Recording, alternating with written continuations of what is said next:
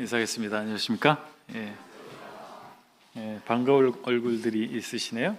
명절이 돼서 또 출타하신 분도 계시고 또 이 지역을 방문해 주신 가운데서 함께 하고 계십니다. 여러분 리모델링이라고 하는 말을 잘 아시죠? 나무 위키에 보면은 낡은 건축물을 그 기본 골조는 그대로 두고 내부와 시설을 완전히 뜯어 고치는 일이라고 되어 있어요. 우리 교회에 리모델링을 업으로 하고 계시는 분들이 계시고 또 형제자매님들도 리모델링을 해본 경험이 아마 있을 수 있겠습니다. 그래서 리모델링이라고 하는 개념은 굉장히 보편적인 개념이라고 생각이 듭니다. 건물 자체를 보다 효율적으로 쓰기 위해서 또 예쁘게 쓰기 위해서 이렇게 리모델링을 하죠. 그래서 작은 수준의 리모델링도 있고 큰 수준의 리모델링이 있습니다. 리모델링 하시는 분들 보면 비포 애프터 해서 리모델링 하기 전 사진을 잘 찍어놨다가 이게 어떻게 이쁘게 바뀌었는지 애프터 사진을 또 찍어서 우리가 이렇게 잘합니다. 이걸 홍보를 하기도 하시죠. 근데 그런 사진들 보면 정말 새 집이 돼 버려요. 그죠? 헌집을 새 집으로 만드는 그것이 리모델링입니다. 그런데 신앙에도 리모델링이 필요할 때가 있습니다. 소소한 어떤 모습뿐만 아니라 벽체까지 뜯어내서 고치는 아주 큰 규모의 신앙의 리모델링이 필요할 수가 있습니다. 오늘은 사사기 강의 세 번째 시간으로 사사기 3장 7절로 11절의 말씀을 통해서 신앙의 리모델링에 대해서 교훈받기를 원합니다. 먼저 7절로 8절을 먼저 제가 읽겠습니다. 이스라엘 자손이 여호와의 목전에 악을 행하여 자기들의 하나님 여호와를 잊어버리고 바알들과 아세라들을 섬긴지라. 8절 여호와께서 이스라엘에게 진노하사 그들을 메소보다미아 왕 구산 리사다임의 손에 파셨으므로 이스라엘 자손이 구산 리사다임을 8년 동안 섬겼더니. 먼저 신앙의 리모델링에 대해서 생각할 때 우리 함께 나누길 원하는 것은 은혜를 잊으면 타락한다라고 하는 것입니다. 이 본문 7절의 말씀을 보면 여호와를 잊어버리고 라고 표현되어 있습니다. 잊어버리다에 해당하는 히브리어를 살펴보면 그 기본 뜻이 잘못 놓다라고 하는 뜻이에요. 잘못 놓으면 어떻게 되겠어요? 이 컵을 잘못 놓으면 문제가 생기죠. 잘못 놓는 거예요. 하나님을 마음 중심에 모시지 않고 마음의 바깥에 놓는 행위라고 얘기할 수가 있겠습니다. 잊어버린다. 잊어버린다는 것이 하나님이 그 마음 가운데 있지 않은 거예요. 하나님께서는 이스라엘 백성이 하나님과 하나님의 역사하심과 하나님이 그들에게 베푸신 은혜를 기억할 수 있는 장치들을 주셨습니다. 유월절, 무교절, 초막절 등등의 절기들이 있고 그들에게 성막을 또 모세에게 보여주셔서 성막을 실제 만들어 놓도록 하셨습니다. 그래서 각종 성막에서 제사들이 드려졌어요. 이 모든 것들이 바로 하나님께서 그들에게 하나님을 기억할 수 있는, 하나님께서 그들에게 베푸신 은혜를 잊지 않을 수 있는 장치들이라고 하는 것입니다. 그럼에도 불구하고 이스라엘은 하나님을 잊었습니다. 그들은 자신들이 누구인지에 대해서 또 하나님이 어떤 분이신지에 대해서 잊은 것입니다. 그 결과로 어떤 일이 벌어졌냐면 주변 민족들과 똑같이 행동하게 됐다라고 하는 거예요. 여러분 군에 갔다 오신 형제님들은 그런 경험이 있으시겠지만 대세를 따르는 거, 분위기를 따르는 거, 그래야 군대 생활 잘합니다. 일하는 분위기에 놀면 혼나죠. 그런 친구들이 군생활 잘 못해요. 근데 그러면서 우리가 길들여지는 거예요. 근데 군대라고 하는 조직을 통해서 조직에 순응하도록, 큰 흐름에 순응하도록, 명령에 따르도록 길들여집니다. 좋은 측면도 있습니다. 그런데 그리스도인들이 세상의 흐름에, 세상의 가치 기준에 따라가는, 순종해가는 그런 측면은 결코 좋은 것이 아니죠.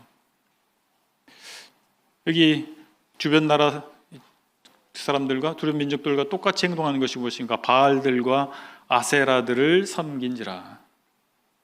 바알은 풍요의 신이었습니다. 가장 으뜸의 신이었습니다. 아세라는 그들이 섬기는 70여 신이 있었는데 그 70여 신의 어머니라고 생각하는 신이었습니다.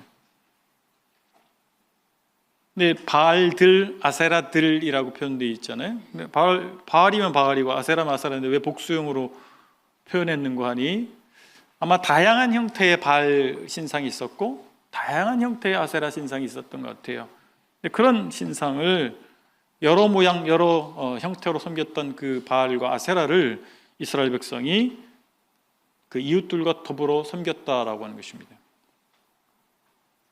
살아계신 하나님을 섬기는 것이 아니고 참신이신 하나님을 섬기는 것이 아니고 사람이 상식 수준에서 만들어낸 그런 신을 섬기게 됐다라고 하는 표현이죠.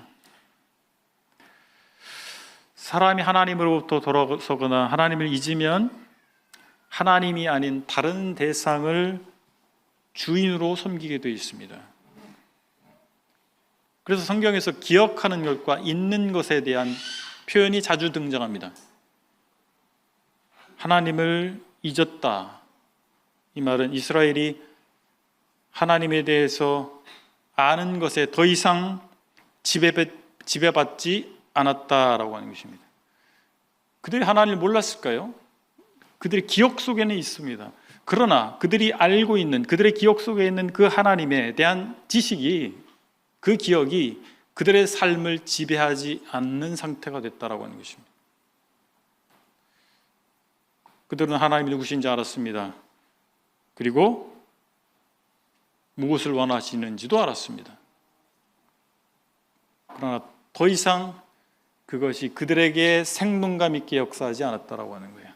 그들의 마음을 감동하지 않았다라고 하는 것입니다. 그것이 그들의 삶 가운데 나타나지 않았다라고 하는 것입니다. 우리는 어떤 사실을 전해 들을 때 그것이 진실이라고 지적으로 동의할 수 있습니다. 그렇지만 그것이 우리의 내면 속 깊은 곳에 들어와서 우리의 마음을 사로잡거나 우리를 통제하지 않을 수 있습니다. 옆집 사람이 어디 가서 돈을 벌었대. 돈 벌었대. 그 느낌 아시겠어요? 우리 마음에 들어와서 우리 마음을 사로잡지도 않고 우리 삶을 통제하지도 않는 지식. 그렇게 될 수 있습니다. 우리가 알긴 알지만 맛보지도 아니하고 보지도 못하고 느끼지 못할 수가 있다라고 하는 것입니다. 그렇기 때문에 다른 것들, 즉 우상을 섬기게 되는 거예요. 오히려 우상들이, 하나님이 아닌 것들이 우리 마음 가운데 더 큰 감동을 주는 것이죠. 더 큰 생동감으로 다가오는 것입니다. 그래서 우상을 섬기는 거죠. 여러분의 마음을 감동하는 것이 무엇입니까? 요즘에 여러분의 마음을 사로잡는 것은 무엇입니까? 하나님이십니까? 아니면 다른 무엇입니까? 여러분이 감동받는 것을 따라서 여러분은 움직이게 될 것입니다. 움직이고 있을 거예요. 그것에 초점을 맞추고 살아가게 될 것입니다. 그렇다면 하나님을 잊어버린 것의 치료법은 무엇입니까? 치료 방식은 무엇입니까? 잊어버리는 메커니즘을 거꾸로 하는 거죠. 왜? 기억하는 것입니다.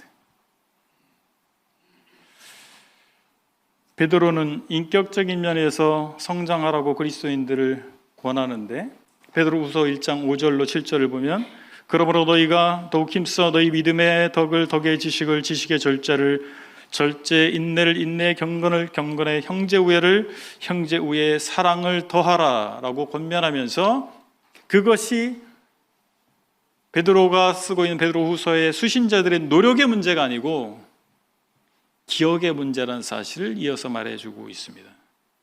베드로서 1장 9절에서 이렇게 말씀합니다.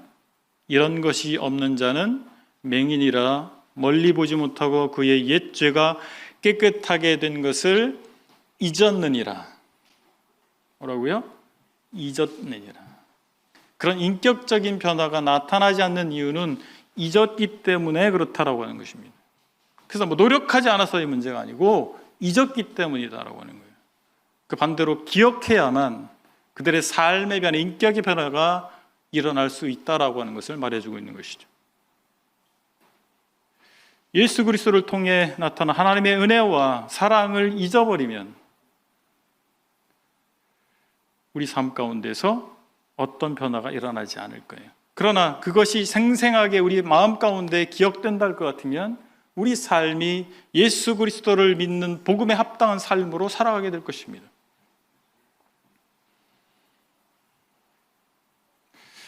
이 진리들이 머릿속에서 이해될 뿐만 아니라 마음속에서도 역사해야 됩니다. 주님께서는 우리를 위해서 이것을 기억할 수 있는 장치를 만들어 주셨습니다. 하나님께서 이스라엘 백성들에게 장치를 만들어 두셨듯이 주님께서는 교회를 위해서 기억할 수 있는 장치를 만들어 주셨습니다. 바로 오늘 아침에 우리가 향한 주의 만찬입니다. 주님께서 누가복음 22장 19절에 보면 이렇게 말씀하고 있습니다. 너희가 이를 행하여 나를 기념하라. 기념하라를 다른 말로는 기억하라. 주님께서 십자가를 앞에 두시고 주의 만찬을 제정하시면서 그것이 바로 십자가 사역을 그대로 보여주는 놀라운 상징입니다. 기억할 수 있는, 잊지 않게 해주는 장치라고 하는 것입니다. 우리는 매주일 주의 만찬을 하는 전통을 가지고 있습니다. 그 장점은 무엇입니까? 우리는 대단한 사람이야. 우리는 선민의식을 갖고자 해서 다른 교회들은 보니까 1년에 몇 번 하지 않아. 우린 매주 해. 우린 대단한 좋은 교회야. 성경적인 교회야. 그런 마음 갖기 위해서 하시나요? 어떤 마음 때문에 하십니까? 주님의 은혜와 사랑을 기억하기 위해서 하는 거예요. 목적이 어디에 있습니까? 거기 있는 것입니다. 그거 안 하면 우린 브레드린 아닌 것이 될까 봐 그게 아니잖아요. 주님의 은혜와 사랑을 기억하는 데 목적이 있습니다. 그 목적이 중요한 것입니다. 이 예식을 통해서 우리는 십자가에서 이루신 하나님의 은혜와 사랑을 기억할 수 있어야 됩니다. 우리가 그 감동을 가지고 나와야 되지 않겠습니까? 그러면 준비해야죠. 뭘 준비해야 됩니까? 마음을 준비하고 뭘 하나님께 드릴 것인가를 준비해야 됩니다. 그 헌금도 준비해야 되고 기도도 준비하셔야 돼요. 우리는 뭔가 준비한 기도는 인위적이라고 생각하고 즉흥적으로 하는 기도가 더 성령적이다, 영적이다라고 생각하는 경향이 있어요. 근데 저는 거기에 동의하지 않습니다. 잘 정리된, 내 마음을 잘 정리돼서 글로 적어서 그것을 읽는 것도 훌륭한 기도일 수 있습니다. 즉흥적으로 하다 보니까 이게 도대체 무슨 기도를 하는지 알 수가 없어요. 그 느낌은 알겠는데 이게 서론 본론 결론도 없고 이 말했다 저 말했다, 그럴 수도 있어요. 그렇지 않습니까? 그래서 즉흥적 기도를 잘 하시는 분들도 계시지만 잘 안 되는 분들은 잘 정리해서 써서 오셔서 정말 하나님 앞에 그 은혜와 사랑을 기념하면서 감사를 드리면 좋겠습니다. 그럴 뿐만 아니라 우리 매주일 첫날 주의 만찬을 하지 않습니까? 이유는 무엇입니까? 일주일을 그렇게 살기 위해서입니다. 예수 그리스도를 기억하기 위해서, 기억하는 삶을 살기 위해서, 하나님께서 우리에게 베푸신 은혜와 사랑을 기억하는, 기념하는 삶을 살기 위해서 매주일 첫날 하는 거 아니겠습니까? 네, 그렇습니다. 우리는 기억하려고 노력해야 됩니다. 우리는 자연스럽게 잊어지는 그런 메커니즘을 가지고 있잖아요. 망각이라고 하는 메커니즘을 가지고 있지 않습니까? 노력하지 아니하면, 반복하지 아니하면 기억하지 못합니다. 잊어버리게 되는 것입니다. 신앙의 리모델링이라고 하는 지하에서 우리 두 번째 살펴보기 원하는 것은 징계는 회복을 위한 것이다 라고 하는 것입니다. 아까 8절을 읽었지 않습니까? 하나님께서 이스라엘에게 진노하셨습니다. 그래서 메소보다미아 왕 구산 리사다임의 손에 그들을 파셨다고 기록되어 있습니다. 메소포타미아를 사용하셔서 이스라엘에게 환란을 허락하신 것입니다. 환란을 겪도록 하신 것입니다. 메소포타미아는 두 강의 아람이라는 의미를 가지고 있습니다. 두 강의 아람. 그러니까 이 메소포타미아가 아마 이 아람 쪽에 있던 또는 시리아 쪽에 있었던 민족을 가리키는 것으로 보입니다. 어떤 학자들은 그들의 영향권이 팔레스틴 북쪽 지방까지 내려왔었다라고 보기도 합니다. 그런데 흥미로운 것은 메소포타미아는 가나안 땅 안에 있었던 민족이 아니었어요. 부족이 아니었습니다. 가나안과 상대적으로 멀리 떨어져 있는 민족을 사용하셔서, 비교적 원거리에 있는 족속을 사용하셔서 하나님께서 이스라엘을 곤란에 빠뜨렸었다라고 하는 것입니다. 그들이 전혀 예상치 못한 상황을 초래해서 그들에게 환란을 그들을 겪게 한 하나님께서 그들을 징계하셨다라고 하는 거예요. 우리가 알 수 없는 방법을 통해서 하나님께서는 얼마든지 우리를 다루실 수 있는 분이십니다. 구산 리사다임이라고 하는 말은 아마도 이스라엘 백성들이 붙인 별명인 것 같아요. 이 말을 해석하면 두 배로 악한 구산입니다. 두 배로 악한, 그 정도로 그들은 정말 힘들었던 거예요. 이가 갈릴 정도로 두 배로 악한 구산, 우리말 시구 표현 놈을 붙여야겠죠. 악한 구산 놈 이렇게 붙여야 되겠죠. 만약 하나님께서 고통과 어려움을 주시지 않았다면 이스라엘 백성들은 자신들의 진짜 상태를 보지 못했을 것입니다. 자기들이 어떤 몰골인지를 알 수 없었던 거예요. 하나님께서 그들에게 물리적 압제를 허락하셔서 심판을 맛보게 하심으로 말미암아 그들이 영적으로 노예 상태에 있다는 사실을 보게 하신 것입니다. 깨닫게 하신 것입니다. 그리고 더 큰 심판이 올 수 있다는 사실을 알려주시기를 원하셨던 것이죠. 그래서 하나님께서 그들을 구산 리사다임의 손에 붙이신 것은, 파신 것은 안가품하신 게 아닙니다. 복수하신 게 아니에요. 그들을 구속하시기 위한 것입니다. 그들을 구원해 내시기 위한 것이었습니다. 그들의 영적인 노예 생활 가운데서 그 처참한 지경 가운데 있는 그들을 건지시기 위해서 그들에게 징계를, 고통을 허락하셨다라고 하는 것입니다. 하나님 지금도 하나님 백성에게 그렇게 하십니다. 고린도전서 11장 32절에서 바울은 이렇게 말하고 있습니다. 우리가 판단을 받는 것은 주께 징계를 받는 것이니 이는 우리로 세상과 함께 정죄함을 받지 않게 하려 하심이라. 하나님께서 사도 바울을 통해서 고린도 교회를 책망하고 계신 거예요. 책망하고 계신 그것은 바로 징계하고 계신 것입니다. 더 큰 심판을, 믿지 않는 사람들이 받는 것과 같은 그런 심판을 그들이 받지 않게 하기 위해서 그들을 책망하고 계신 것입니다. 최근 공교육의 현장에서 일하는 교사분들이 큰 고통을 겪고 있습니다. 그것이 사회적 이슈가 되고 있습니다. 학교에서 체벌이 금지되고 교권이 추락했어요. 그래서 교사들이 극단적 선택을 합니다. 살 수가 없는 거예요.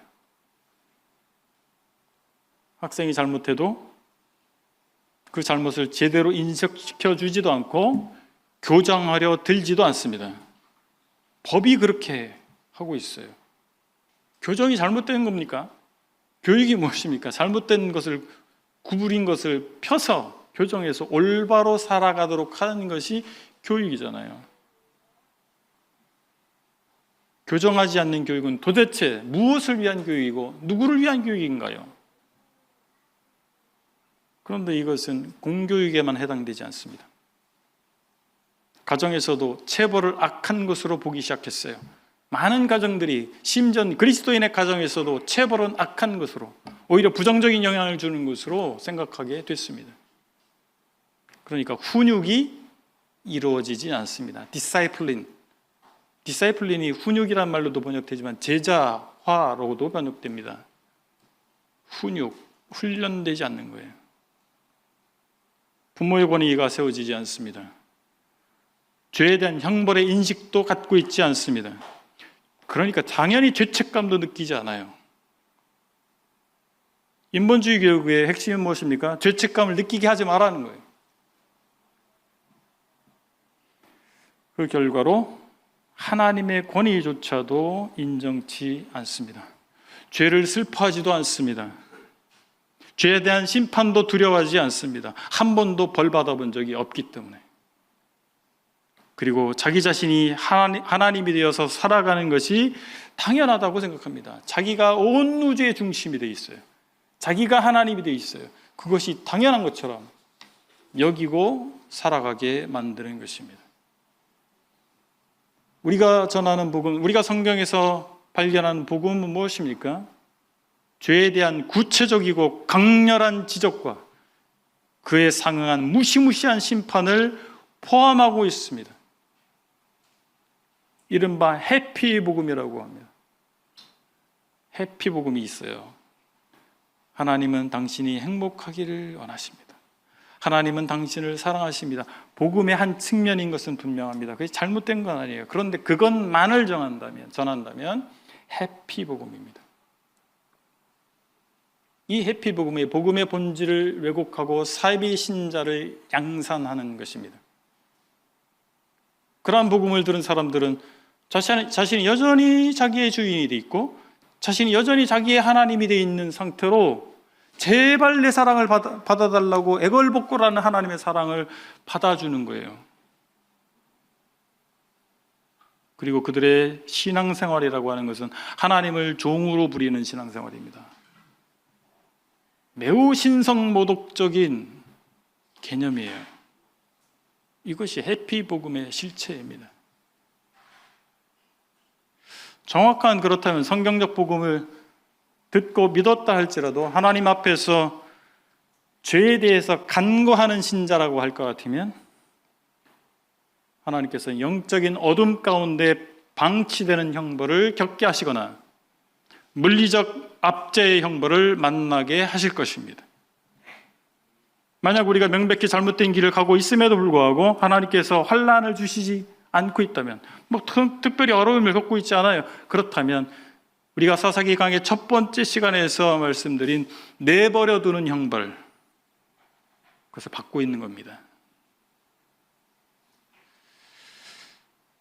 우리가 환난을 만났다면 진정성 있게 자신을 돌아봐야 됩니다. 내가 정도에서 이탈하지 않았는지, 내 중심이 잘못됐는지 확인해 봐야 됩니다. 그리고 핑계를 대거나 자신을 정당화하지 말고 하나님께서 회개하도록 요구하시는 그 계획에 부응해서 하나님 앞에 무릎 꿇어야 되는 것입니다. 회개는 마음과 삶을 돌이키는 것입니다. 그럴 때 회복하시는 하나님을 만나게 될 겁니다. 오늘의 세 번째 주제는 하나님은 돌이킬 때 회복해 주신다라고 하는 것입니다. 9절로 11절을 제가 읽겠습니다. 이스라엘 자손이 여호와께 부르짖음에 여호와께서 이스라엘 자손을 위하여 한 구원자를 세워 그들을 구원하게 하시니 그는 곧 갈렙의 아우 그나스의 아들 온니엘이라. 여호와의 영이 그에게 임하셨으므로 그가 이스라엘의 사사가 되어 나가서 싸울 때에 여호와께서 메소포타미아 왕 구산 리사다임을 그의 손에 넘겨주심에 온니엘의 손이 구산 리사다임을 이기니라.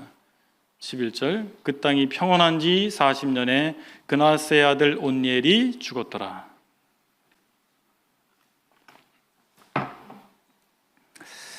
여기 보니까 이스라엘 자손이 여호와께 부르짖음에 이렇게 되어 있어요. 이 물리적 압제 가운데 있었던 이스라엘 백성들이 마침내 하나님께 부르짖었어요. 근데 얼마 만에 부르짖었습니까? 8절에 보니까 8년 만에, 8일 만에도 아니에요. 8개월 만에도 아니에요. 8년 만에. 아마도 그들은 뭔가 그 압제에서 벗어날 다른 방도를 많이 강구했을지도 모르겠어요. 우리가 군사 무기가 좀 딸려서 그런가? 우리 군사 훈련을 제대로 안 해서 그런가? 병력을 좀 확충해야 되지 않는가? 우리가 전술 전략이 부족한 것이 아닌가? 이리 방도해보고 저리 술책을 구해보고 애를 썼겠죠. 그러지 않았겠습니까? 가만히 있지 않았을 거예요. 그런데 8년의 자신들의 수고를 통해서 그 문제가 해결할 수 없었다는 걸 알게 됩니다. 그리고 그 압제의 원인과 해법을 제대로 파악하는데 8년이 걸렸어요. 그들의 부르짖음이 진정한 회개였는지 알 수 없습니다. 근데 의심스러운 게 많아요. 그럼에도 불구하고 하나님께서 이스라엘 백성이 압제에 처하도록 하시고 그들이 부르짖을 때 그들을 회복하셨다라고 하는 것은 분명한 사실입니다. 그들은 자신들이 하나님을 잊고 우상들을 섬긴 것이 문제의 원인이었다는 사실을 발견했어요. 그리고 이제 하나님께 돌아와서 부르짖어야 되겠구나, 그것을 깨달은 거죠. 8년이라는 시간이 짧은 시간은 아니었지만 좀 일찍 깨달았으면 좋겠는데,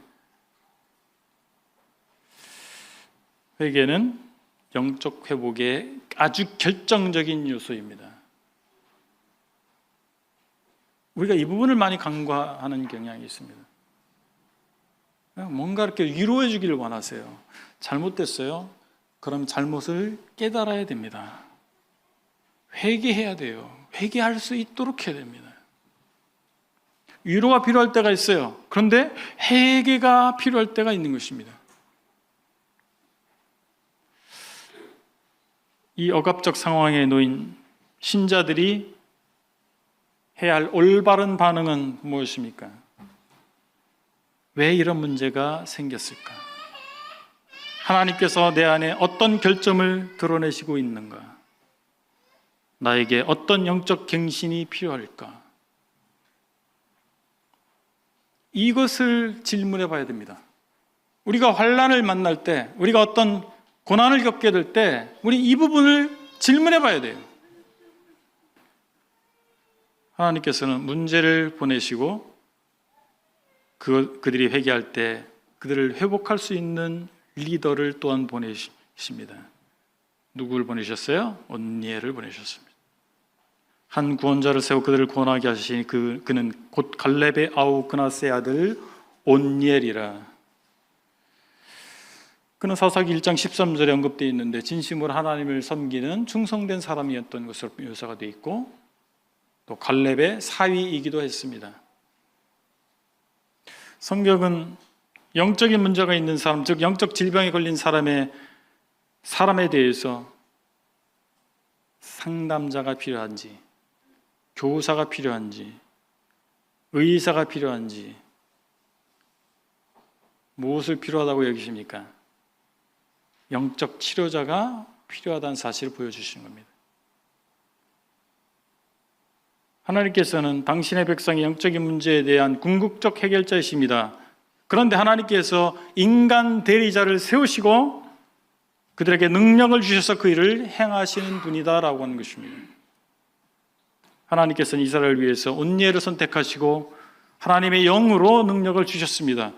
10절에 보니까 여호와의 영이 그에게 임하셨으므로, 이 표현은 구약에 자주 나타나는 표현인데 바로 승리를 위해서 능력과 지혜를 주신 하나님의 역사하심을 나타내주는 표현법입니다. 여호와의 영이 그에게 임하셨으므로.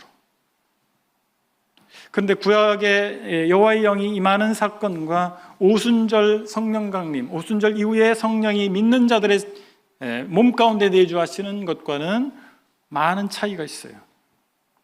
가장 결정적 차이는 오순절 이후에 믿는 자의 마음 가운데, 심령 가운데, 몸 가운데 내주하시는 성령은 영원한 내주를 하시는 것입니다. 들어왔다 나갔다 하시는 분이 아니에요. 영원히 내주하십니다. 구약에는 그렇지 않았습니다.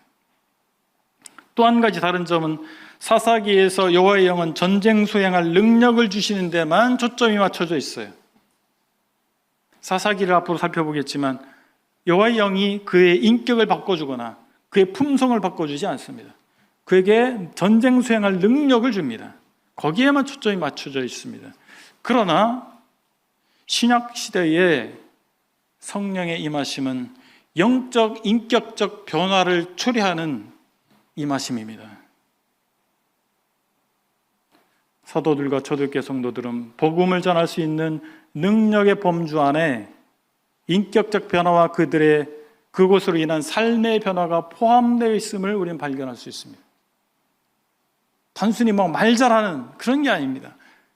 병을 고치는 단순한 그런 문제가 아닌 거예요. 능력이라고 하는 것이 어떻게 그런 것에 초점을 맞추는 경향이 있습니다. 진정 능력은 무엇입니까? 영적인 변화고 인격의 변화입니다. 그에서 따라오는 삶의 변화입니다.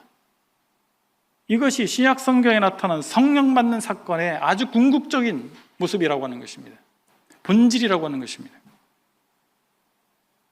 사도들이 세상을 떠나신 이후에 로마 제국에 의해서 박해가 점점 심해졌어요. 그래서 이제 로마 제국의 박해 가운데서 기독교인들이 예수 믿으세요라고 하는 말을 전하는 것은 불법이기 때문에 공개적으로 할 수 있는 게 아니에요. 그런데 복음이 전해졌습니다. 어떻게 해요?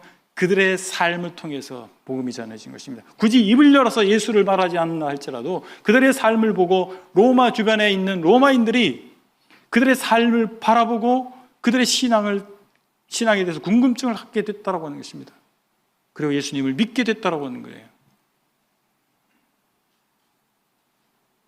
우리의 진정한 능력은 그리스도인다운 삶에 있습니다. 구산 리사다임을 그의 손에 넘겨주시매 이렇게 표현되어 있잖아요. 10절에 파셨다가 이제는 그들을 이스라엘에게 넘겨주셨다라고 바뀌었습니다. 물리적 압제로부터 해방으로 인한 평화가 오기도 했지만 스스로 초래한 우상숭배의 영적 억압으로부터의 해방으로 인한 평화가 사실 더 컸죠. 애초에 영적 억압이 물리적 억압을 초래했기 때문입니다. 순서가 그거예요. 영적으로 잘못되니까 물리적으로도 잘못되는 거죠. 사람들은 내 삶의 문제에만 초점을 맞춥니다. 물리적인 삶에만 초점을 맞추는 경향이 있어요. 근데 가장 중요한 것은 무엇입니까? 우리 영적 삶입니다. 애초에 이 영적인 문제가 있었기 때문에 그들이 잘못됐다는 사실에 대한 인식이 중요하죠. 그런데 영적 감각이 무뎌지면 영적 억압 상태에 대한 인지 능력을 상실합니다. 영적 감수성이 없어져요. 그래서 영적으로 자기가 잘못되어 있음에도 불구하고 그걸 깨닫지 못합니다. 알아보지 못하는 거예요. 그래서 하나님께서 꽝 충격을 주시는 거예요. 깨닫게 하기 위해서. 그래서 우리가 노예의 삶을 살면서 노예인 줄 모르는 게 문제잖아요. 영적으로 노예의 삶을 살고 있음에도 불구하고 자기가 노예됐다는 사실, 노예처럼 살고 있다는 사실을 모르는 게 문제예요. 그래서 실제적인 노예를 경험을 하게 하셔서 내가 영적으로 노예가 되고 있다는 사실을 깨닫게 하시는 하나님이십니다. 회복과 부흥은 억지로 만들어내지는 것이 아닙니다. 하나님께 우리를 구원해달라고, 우리를 이런 영적 노예 가운데에서, 이러한 질곡 가운데에서 건져달라고, 나를 회복시켜달라고 하나님 앞에 부르짖는 방법밖에 없는 것입니다. 우리가 뭔가 고안해내서 이렇게 하면 되겠지 저렇게 하면 되겠지 그것이 아니고 본질로 다가가야 됩니다. 하나님 잘못됐습니다. 저를 건져주십시오. 하나님이 우리의 회복의 주권자이십니다. 11절에 보면 그 땅이 40년간 평온을 누린 후에 온니엘이 죽었다 라고 끝납니다. 죽었다. 40년은 사사기에서 한 세대를 뜻하는 기간입니다. 따라서 이는 온니엘과 함께 전쟁을 경험한 세대가, 승리를 경험한 세대가 하나님을 알게 됐고 다시 하나님을 신실하게 섬기게 되는 그런 마음의 회복을 경험했겠죠. 그런데 한 세대로 끝났다라고 하는 거예요. 평화는, 회복은 일시적이었습니다. 교회사를 보니까 교회사 나타난 개혁과 부흥도 다 일시적이었어요. 항상 구체제가, 기존 체제가, 기성교회가 잘못된 것을 반발하고 새로운 문파가 생겨납니다. 근데 그들이 기성세대, 기성교회가 돼요. 또 타락하는 거예요. 개혁과 타락의 연속이었어요. 저와 여러분들이 선배로 여기고 있는 브레드린 무브먼트를 일으켰던 분들이 이 세상에 출현한 지 얼마가 지났습니까? 250년? 짧지 않은 시간입니다. 우리 생각해 봐야 돼요. 일시적이었다라고 하는 거예요. 교회사에서 나타난 그 패턴은 항상 일시적이었습니다. 지속적이지 않았습니다. 영구적인 회복과 영구적인 평화를 위해서는 뭐가 필요할까요? 죽지 않는 리더가 필요해요. 인간 리더는 다 죽었어요. 제한적이고 한시적입니다. 죽지 않는 리더가 필요합니다. 누굽니까? 예수 그리스도. 그분은 죽지 않으셨잖아요.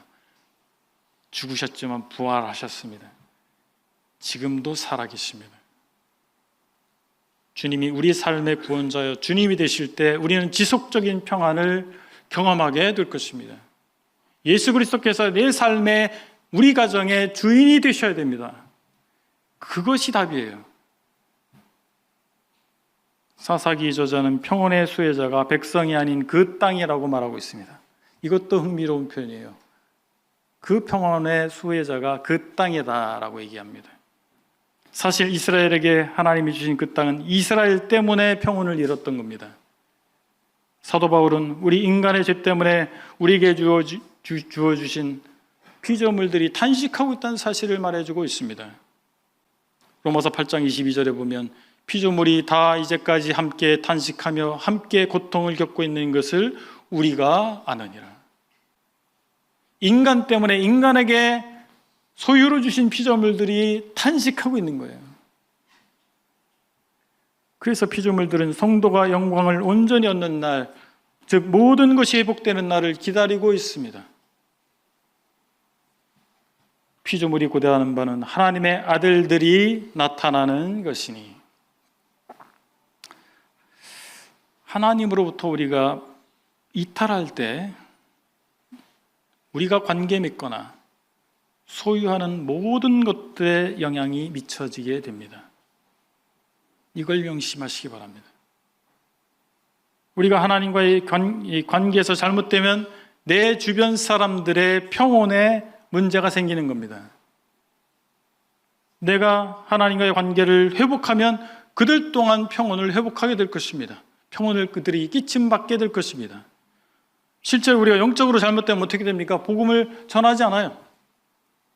복음적인 삶을 살지 않기 때문에 오히려 우리를 통해서 믿지 않는 우리의 가족들이, 우리의 이웃들이 교회에 대한 반감을 갖게 되는 것입니다. 그런데 우리가 영적으로 회복되고 하나님과 관계가 좋아지면 시키지 않아도 복음 전하게 되어 있어요. 우리의 삶을 통해서 그리스도인의 매력이, 향기가 드러나게 되는 것입니다. 그래서 그들이 관심을 갖고 우리 앞에 나오게 되는 건 아니겠습니까? 우리가 삶을 통해서 또 입을 열어서 복음을, 예수 그리스도에 관한 소식을 전하게 되면 우리 복음을 듣는 우리 이웃들과 우리 가족들이 진정한 평안을 맛보게 될 것입니다. 그러나 우리가 무늬만 그리스도인으로 살게 될 때, 영적으로 문제가 생길 때 우리는 그들이 천국 가는 길을 우리가 막고 있는 사람이 될 수도 있다라고 하는 것입니다. 오늘 교훈을 정리하겠습니다. 여러분, 신앙의 리모델링이 필요하십니까? 필요하시다면 지금 하십시오. 내일은 결코 오지 않습니다. 내일은 늘 내일이에요. 지금 하시기 바랍니다. 그렇다면 첫 번째로 하나님이 주신 은혜와 사랑을 기억하시기 바랍니다. 주의 만찬에 그냥 형식적으로 앉아 계시지 마시고 준비하시고 주의 만찬에 실제로 참여하시기 바랍니다. 하나님의 은혜와 사랑을 기억하시고 감동되는 시간이 되시길 바랍니다. 그리고 두 번째로 하나님께서 혹시 멀어져 계시다면 하나님께 돌이키시기 바랍니다.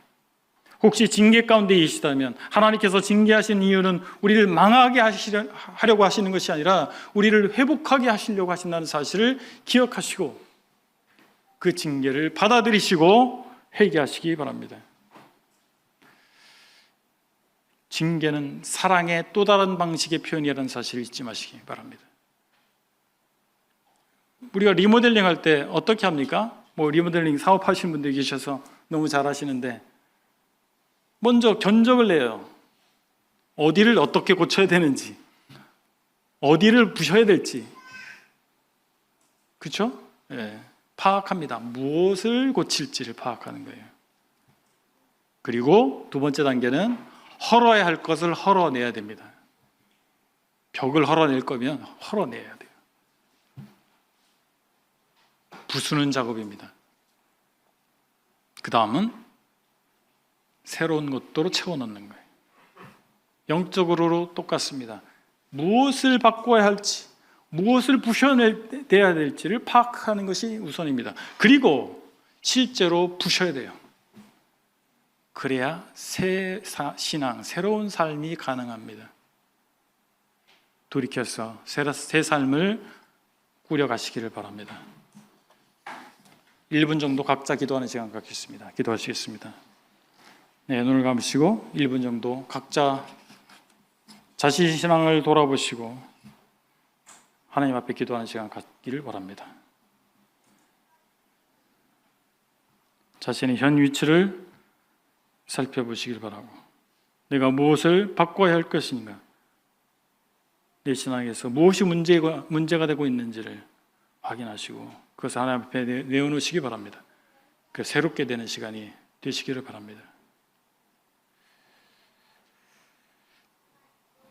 아버지 하나님, 이 시간을 통해서 사사기에 일어났던 그 사건이 영적으로 우리가 살고 있는 이 시대에도 우리에게도 일어날 수 있음을 고백을 드립니다. 아버지 하나님, 서청주교회 모든 형제자매님들 자신을 돌아보는 시간이 될 수 있도록 인도해 주심으로 말미암아 영적으로 새롭게 되어서 하나님께서 기대하시는 능력의 삶을, 또한 복음을 전하는 그런 새 생명의 삶을 살 수 있도록 축복해 주시기를 원합니다. 아버지 하나님, 명절 기간에 우리가 가족들을 만나고 친척들을 만나는 그런 가운데 있습니다. 그분들에게 삶을 통해서 그리스도를 전할 수 있기를 원합니다. 아버지 하나님, 입을 열어서 예수님을 소개할 수 있기를 원합니다. 저희 삶 가운데 역사해 주시기를 원합니다. 감사합니다. 예수 그리스도 이름으로 기도했습니다. 아멘.